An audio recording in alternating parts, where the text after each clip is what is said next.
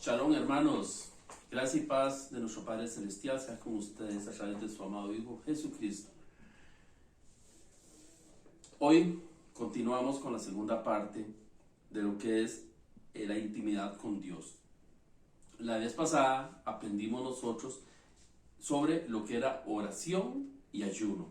Yo te pregunto, ¿cómo te fue con eso? ¿Aprendiste ya a orar o hiciste una forma nueva de orar con Dios? ¿Has establecido esa relación con Él? ¿Has establecido algún tipo de ayuno? ¿Cómo te ha ido con eso? Recuerda inscribirte a este canal y recuerda darle like. Todo eso es importante para la iglesia Unción de Guerra. Y aquí abajo también en los comentarios puedes decir cómo ha sido tu experiencia a través de estos pasos en que nos has estado acompañando. Estamos ya en la tercera lección, que es la segunda parte de la intimidad con Dios. Hoy el tema es la Biblia, nuestra comida espiritual. Ya que nosotros hemos aprendido lo importante de lo que era a través de la intimidad con Cristo, los tres pasos: planificar una reunión con Él, orar y leer la Biblia. Hoy vamos a aprender profundamente sobre qué es este estudio de la Biblia. Nuestra meta es aprender cómo alimentarnos de esta palabra de Dios. Ya que tenemos el instrumento en nuestra mano, ahora sí, cómo debemos hacerlo. Y algunas prácticas que a veces creemos porque así alguien nos las ha enseñado. Por ejemplo, el de agarrar la palabra, agárrela, ábrala al azar y escoja un versículo. No, eso no es. Dios cuando nos habla directamente sobre su palabra y sobre el verso, capítulo, verso y libro exactos en que Él quiere que posemos nuestra mirada. Por ejemplo, tenemos que aprender. Tal vez usted ha conocido a una persona que le gusta hablar y hablar y hablar y hablar y hablar y hablar y hablar y hablar y hablar y hablar y nunca escucha. Pues nosotros, en nuestra mala costumbre de oración, eso es lo que hacemos. Hablamos, pedimos y pedimos y en ningún momento dejamos que Dios nos hable. En ningún momento nos detenemos en silencio a escuchar su voz, a escuchar lo que Él nos quiere decir. Si nosotros leemos la Biblia, no solamente para aprender, sino para vivirla espiritualmente. Santiago 1:22 dice: pero sed hacedores de la palabra y no tan solamente oidores, engañándoos a vosotros mismos. Entonces, leer la palabra no es solo para leer y aprender, es leer para aprender, para guardarla en nuestro corazón y para hacerla un sí y un amén en nuestras vidas. El Shema de los judíos dice Shema Israel. Ese Shema es oímos y hacemos.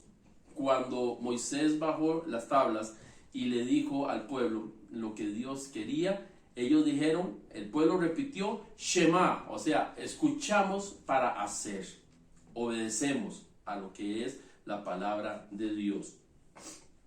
La Biblia es más que un libro.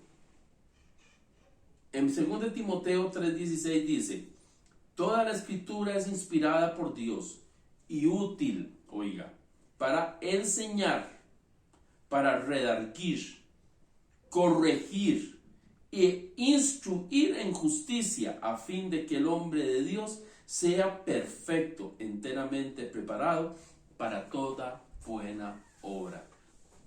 Eso es lo que el Señor nos enseña, lo que es su palabra.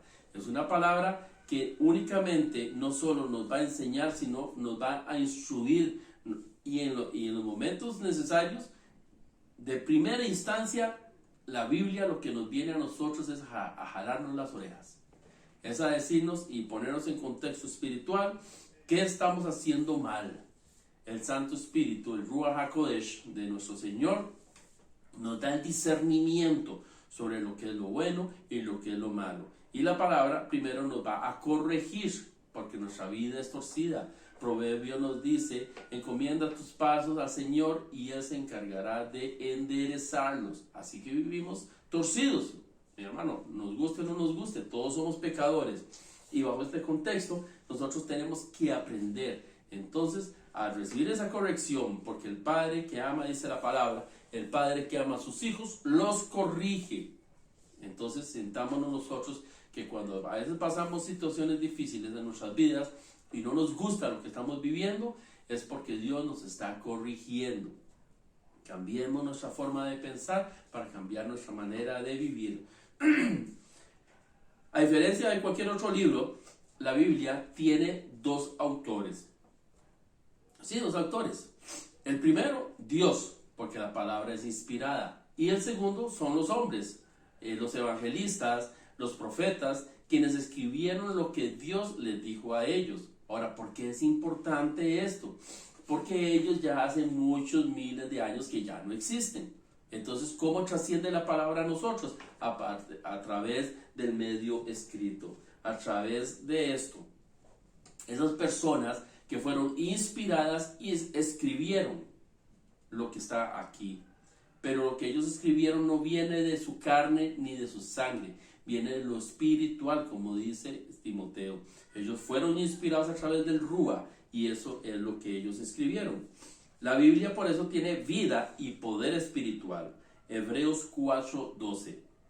Porque la palabra de Dios es viva y eficaz, y es más cortante que toda espada de dos filos, y penetra hasta partir el alma y el espíritu, las coyunturas y los tuétanos, y discierne los pensamientos y las intenciones del corazón. Gloria a Dios por eso, porque nos lleva a nosotros a entender que cuando la palabra llega a nosotros realmente tiene que hacer un cambio y una transformación en nuestras vidas. Es importante para los que hemos tenido el privilegio y gozo de dar enseñanzas de nuestro amado con su palabra, que a veces usted no entiende por qué dice uno, esta palabra es como escuelita dominical, o porque la ve uno como muy sencillita, o esa palabra, no sé, yo quería hablar sobre el perdón de los hermanos, pero Dios está hablando sobre cómo confortar un corazón herido. Vea, mi hermano, y cuando usted da la enseñanza y se da cuenta a quién llegó esa palabra, se da cuenta, nosotros nos percibimos de que no somos nosotros en nuestras carnes los que nos llevamos la palabra, sino es el Espíritu de Dios que quiso ayudar y alimentar a las personas necesitadas, que son las que van a recibir. De igual manera nosotros tenemos que aprender a que la palabra, lo que un determinado versículo de un capítulo significa hoy, mañana exactamente el mismo versículo tiene otra connotación diferente. Eso es lo maravilloso. Por eso la palabra es viva y es eficaz, porque llega exactamente a la persona que la necesita. No somos nosotros. Juan 3:63 dice, las palabras que yo os he hablado son espíritu y son vida, dijo Yahshua. Son espíritu y vida. Él es el pan de vida. Él es el que sabe lo que nosotros necesitamos y cuándo lo necesitamos. Nada más, los que hemos tenido el privilegio de dejarnos usar por Él, eso es lo que tenemos que hacer, dejarnos usar por Él. Como testimonio yo les digo que a veces uno duraba, oiga, hasta una semana preparando una palabra. Y era investigar y buscar y hacer, y le quedaba ese sermón a uno, pero bellísimo, para ponerse flores. Ojo, uno. Así, yo me comencé a glorificar a mí mismo, y yo comencé a echarme flores. Esto me va a quedar así, y todos van a decir, wow, qué enseñanza más brava. 5 o 10 minutos antes de darla, inmediatamente ¡plá!, venía el Espíritu y te cambiaba la palabra. Si yo iba a predicar sobre qué sé, Efesios 6, ahora dice el Espíritu que tengo que hablar de Marcos 3. ¿Y qué hacía uno? En obediencia, humildemente, todo el trabajo de la semana, todo lo que había, todo el esfuerzo, todo ese montón de horas invertidas, déjelas ahí, porque no es de eso lo que Dios quiere hablar. ¿Entiende? Dios nos enseña en la humildad. No soy yo el que va a hablar, no soy yo el que va a enseñar, es Él el que va a ayudar al necesitado. Y eso es lo hermoso de esta relación con Él. Tenemos que tener un corazón abierto para recibir la palabra. ¿Cuántas veces Moshe ante Paró llegaba y decirle, dice el Señor que deje salir a mi pueblo? ¿Y qué tenía el faraón? Un corazón endurecido. En un corazón endurecido no ingresa la palabra de Dios, no ingresa la salvación a tu vida. Tenemos que tener ese corazón dispuesto. ¿Qué pasa si yo hubiera dicho, no, es que es demasiado el tiempo que yo invertí y yo voy a dar esa enseñanza? Sí. Puede ser que como los fariseos tuve mi momento de gloria y mi momento de reconocimiento. Pero nosotros no estamos para reconocernos a nosotros mismos.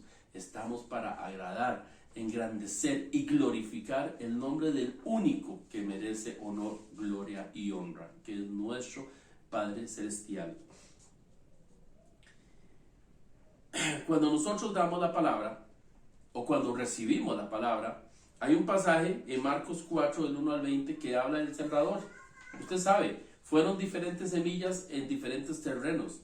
Ahora yo te pregunto, ¿cuántas clases de tierras hay? Ya te di la cita.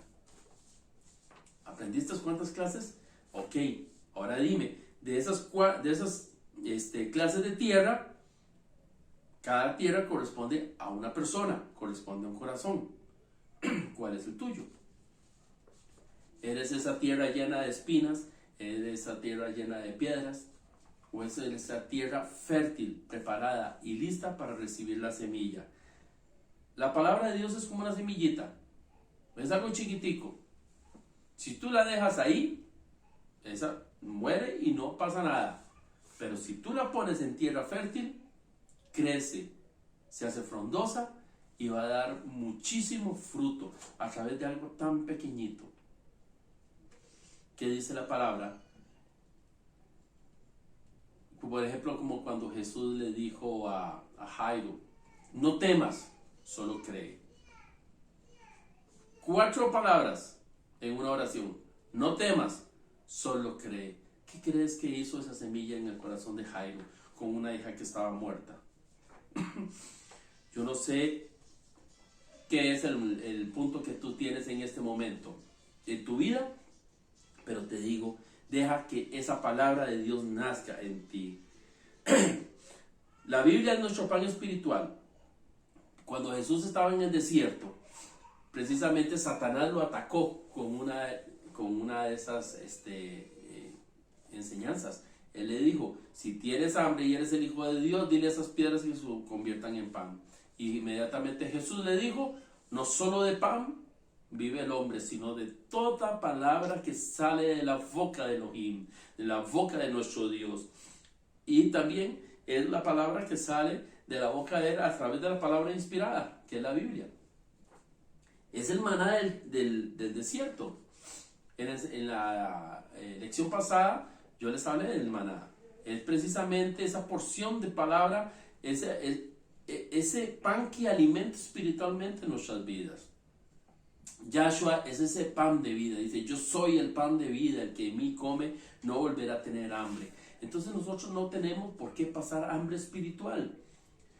¿Cómo pasamos hambre espiritual? ¿Cómo me doy cuenta que estoy pasando hambre espiritual? Es muy sencillo, mi hermano. Si usted ahorita tiene un problema y tiene cara de crucificado, usted tiene hambre espiritual. Porque no ha sabido buscar el alimento y la solución en la Biblia. Y ahí es donde Dios te dice todo lo que tiene para ti.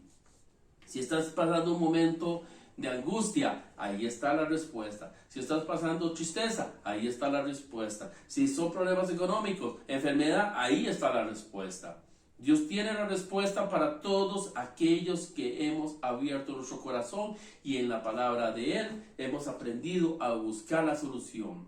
No al azar abríela para ver qué me dice, sino porque ya como yo he comenzado una intimidad con Él y he comenzado a conocerle, entonces yo sé dónde debo buscarlo. Ahora bien, aquí yo tengo, esto lo regalan muchas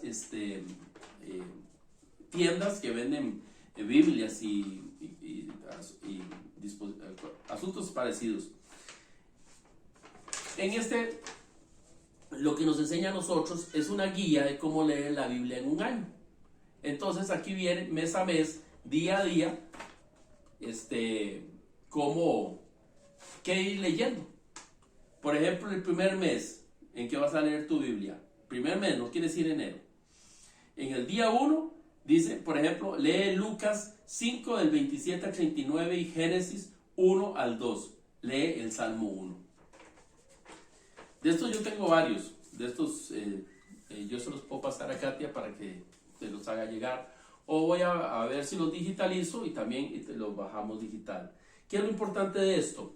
Lo importante es que nosotros, a través de esta intimidad con Cristo, comencemos a leer su palabra y en el momento de necesidad, entonces sepamos dónde encontrarlo. Eso es igual que cuando usted tiene hambre y hoy quiere comerse unos pancakes y usted dice, o unas arepas, así como somos en nuestra tierra.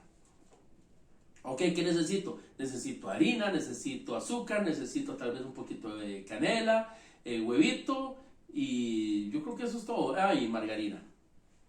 Ya haces el revoltivo, va para el sartén y rico, unos pancakes, unas arepitas bien deliciosas para el desayuno, para el café. Cuando tú tienes problemas en tu vida y tú dices, yo necesito que buscar consuelo porque estoy ante la enfermedad de un ser querido, ok, en la palabra yo ya sé dónde encontrar esa harina, en la palabra yo ya sé dónde encontrar esa azúcar, en la palabra yo sé dónde encontrar esos huevitos. Igual, haz tu mezcla y ya come de la palabra del amado y vas a ser alimentado. Entonces no tienes por qué estar con cara de sufrimiento. Y esto no quiere decir, hermano, que usted no vaya a sufrir. Es una cosa muy diferente, porque el mismo Yahshua lloró frente a la muerte de Lázaro al ver a su pueblo angustiado. Él cuando vio a Jerusalén dejada como sin pastor, él lloró. O sea, hay un sentimiento natural, humano, que no podemos quitarnos de encima. Pero vivir estas penas a la par de nuestro amado y vivirlas sin nuestro amado son dos cosas muy diferentes. Entonces, tenemos que recoger ese maná, tenemos que buscar esa porción de palabra todos los días, hay que buscarla todos los días. Usted no puede vivir con la palabra que aprendió ayer o antier o hace un mes, hoy. Dice en la palabra que por nada estéis afanados, cada día trae su propio afán. Y así como cada día trae su propio afán, cada día trae su propia palabra, su propio maná, para que seas alimentados. Y recuerda que como los israelitas, no solo tú te vas a alimentar, tienes que alimentar a los de tu casa también. ¿Cómo podemos comer de esta palabra? Entonces la podemos comer estudiando, leyendo, memorizando, meditando, hacerla nuestra en nuestras vidas. Porque donde yo la leo y la estudio, tengo que memorizarla, tengo que aprender.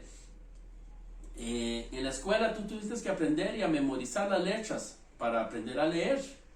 Tuviste que aprender y memorizar verbos. Tuviste que aprender y memorizar las tablas de multiplicación y así muchas otras cosas.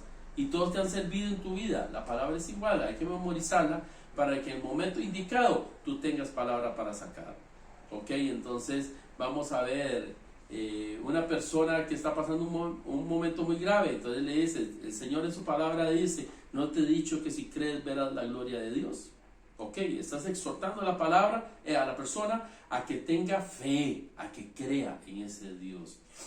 El Salmo 23, el 27 dice, el Señor es mi luz y mi salvación, ¿de quién temeré?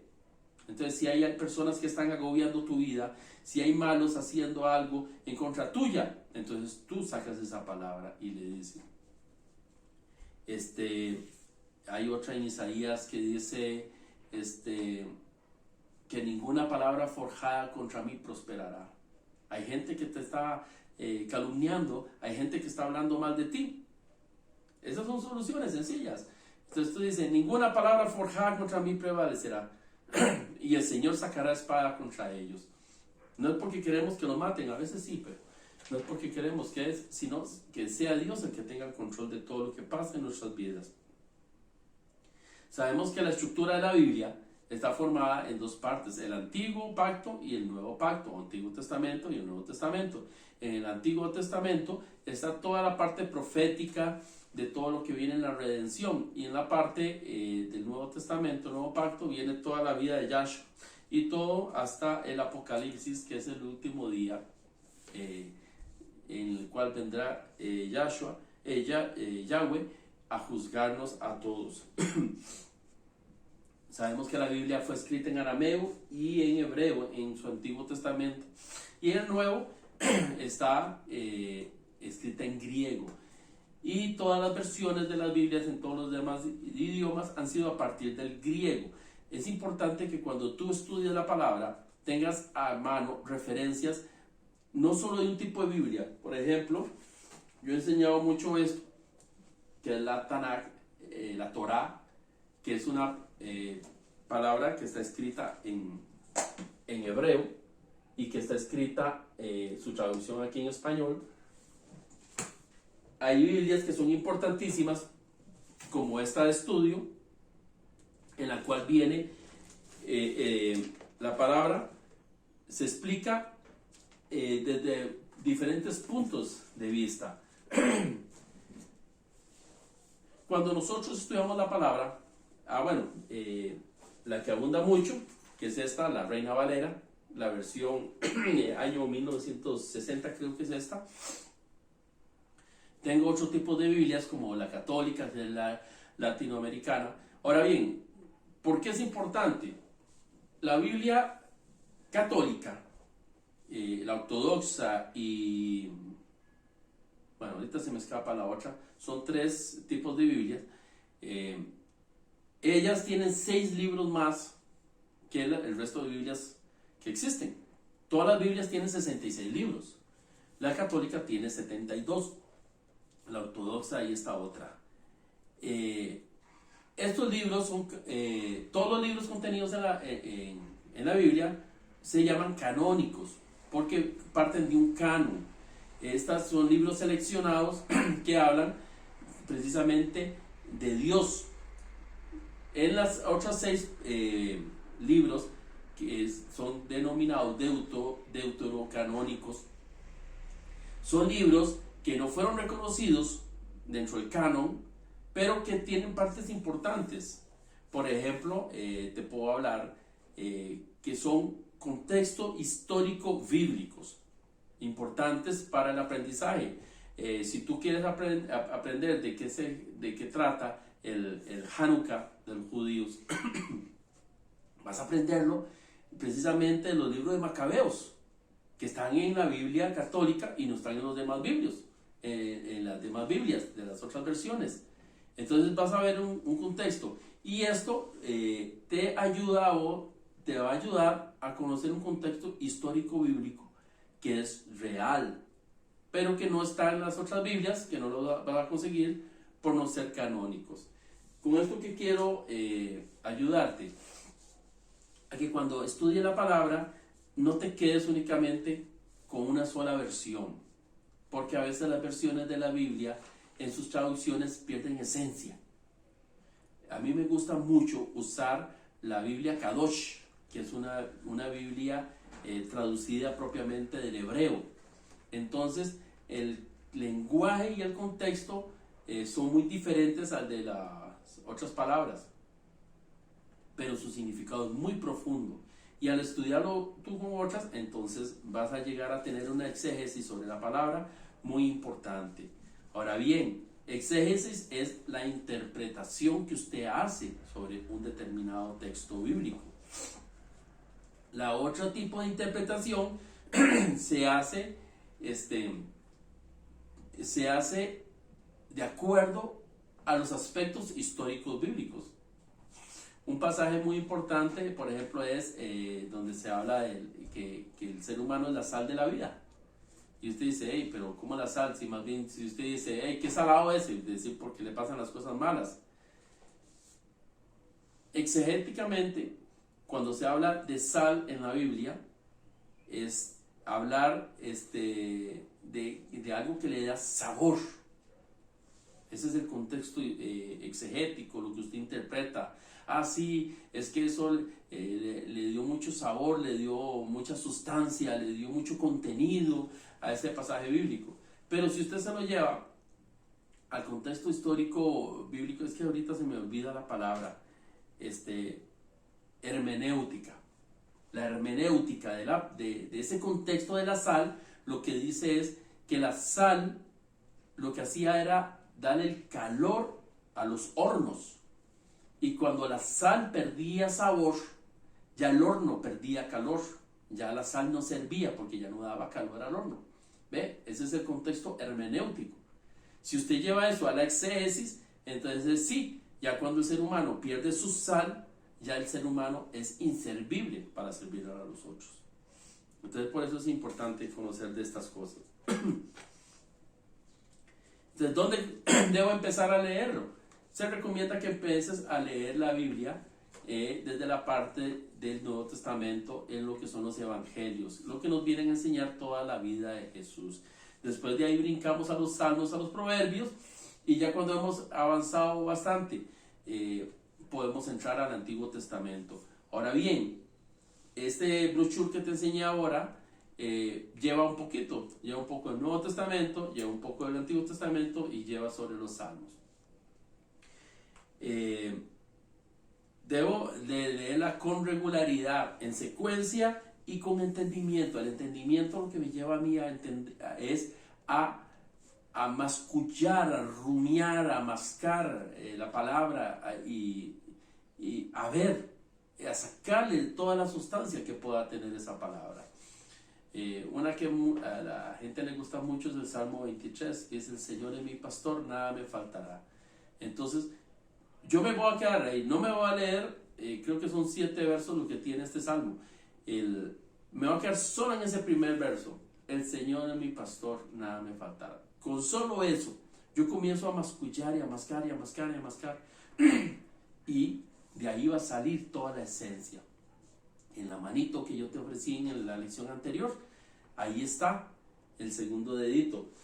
Porque el primero dice: orar y pedir a Dios que nos abra nuestro corazón para que su palabra venga y realmente haga rema en mi vida.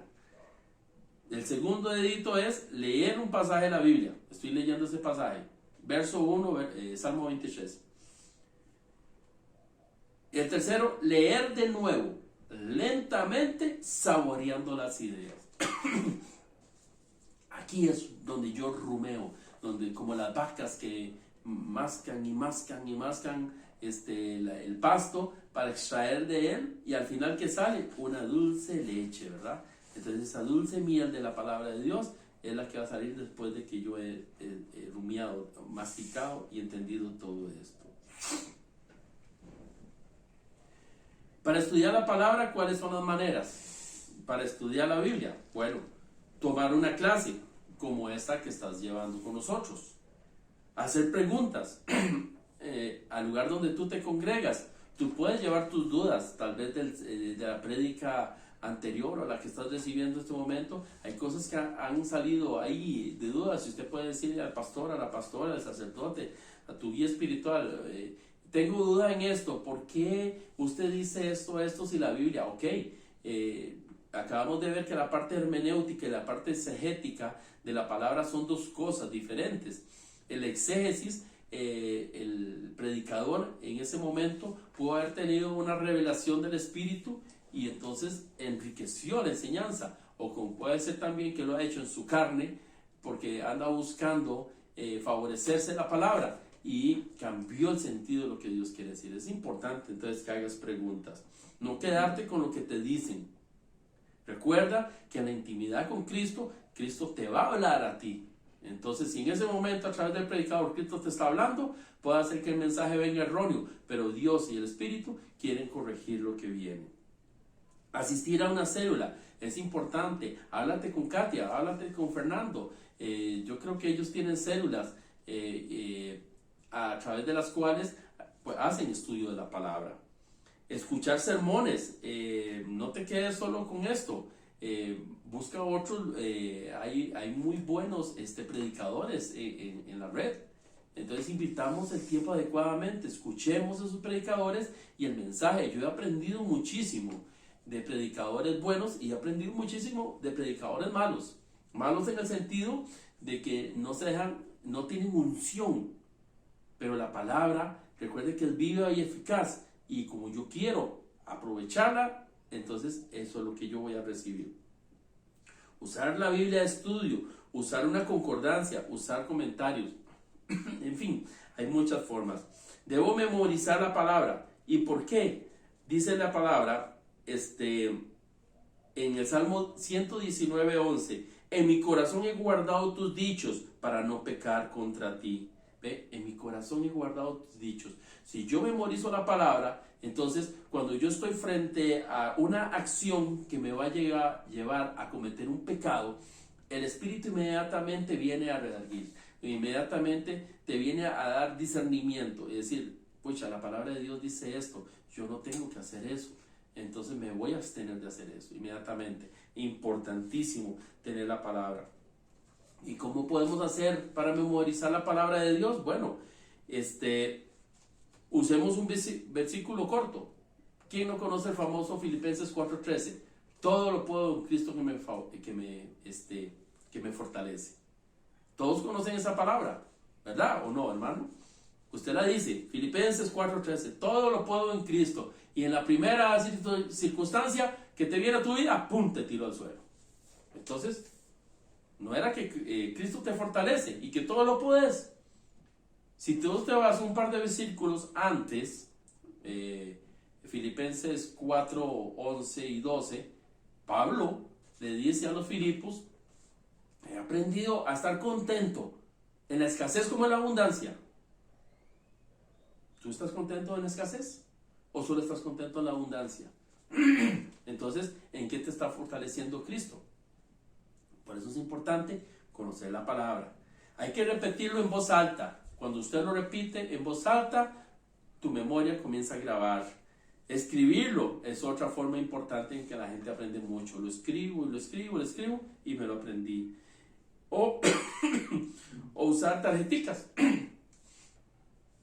Puedes buscarte fichitas, que existen muchas, de mensajes de palabra, o puedes escribirla con tu mano en un cuadro chiquitico y pegarla en diferentes partes de la casa, donde tú sabes que las personas llegan y ponen su mirada, ahí hay una porción de la semilla. Ahí la gente inmediatamente va a llegar a leer, y donde lee, recibe semilla. Entonces, tú te alimentas y alimentas a los demás.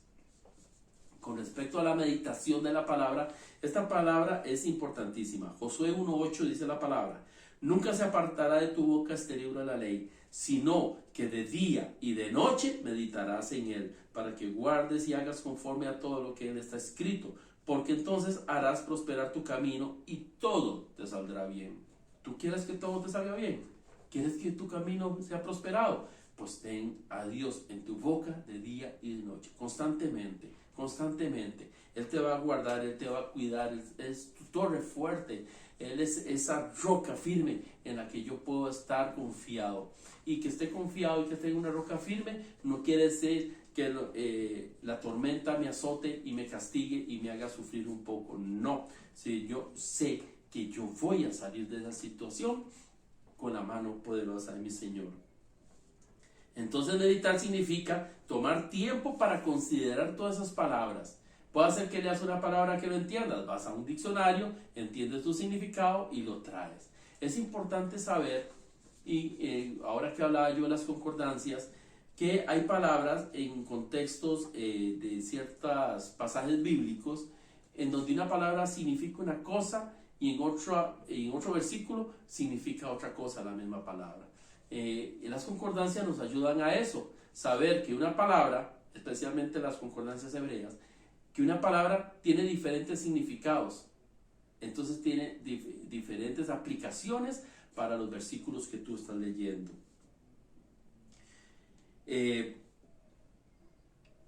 Tengo que orarlas, personalizarlas y escuchar al Espíritu de Dios a la hora que yo estoy meditando, para entender precisamente qué es. Porque el Señor a mí a cada rato me está diciendo,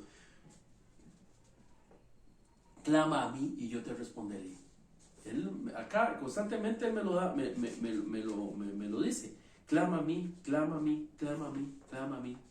Entonces uno entiende, ok, Señor, entonces, ¿qué es? Yo estoy clamando a ti. Ahora bien, ¿estaré clamando como debo? ¿Y estaré clamando por lo que debo? Eso solo la intimidad con Dios me lo va a dar.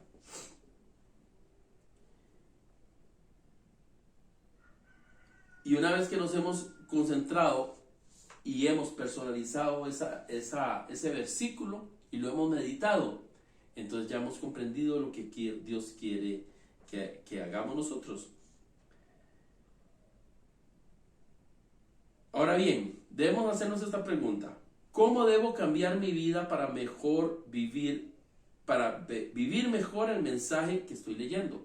Porque en la manito una de las partes que dice, el último dedito dice, orar y pedirle a Dios que use este versículo en mi vida. Entonces, ¿se acuerdan lo que leímos al principio? Que debemos ser hacedores y no solo oidores de la palabra.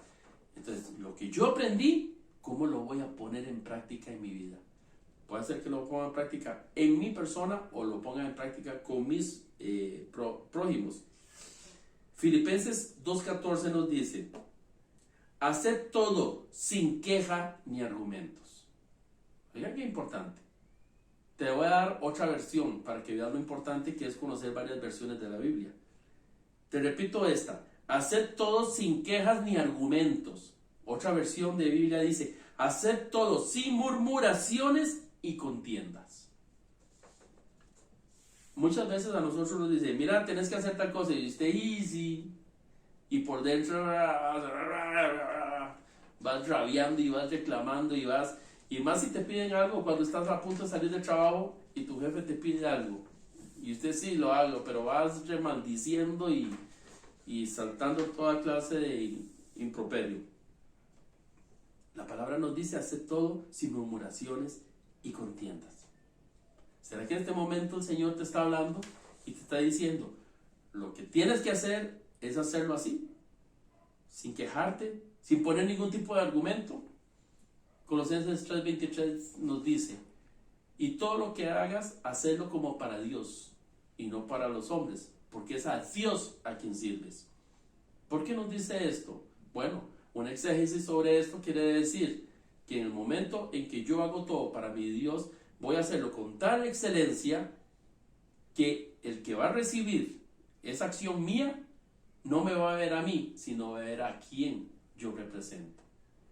Entonces van a decir, oh sí, qué bien, de verdad que tener una relación con Dios vale, ve a fulano de tal, como hace todas las cosas con amor y todo, porque es a Dios a quien sirve.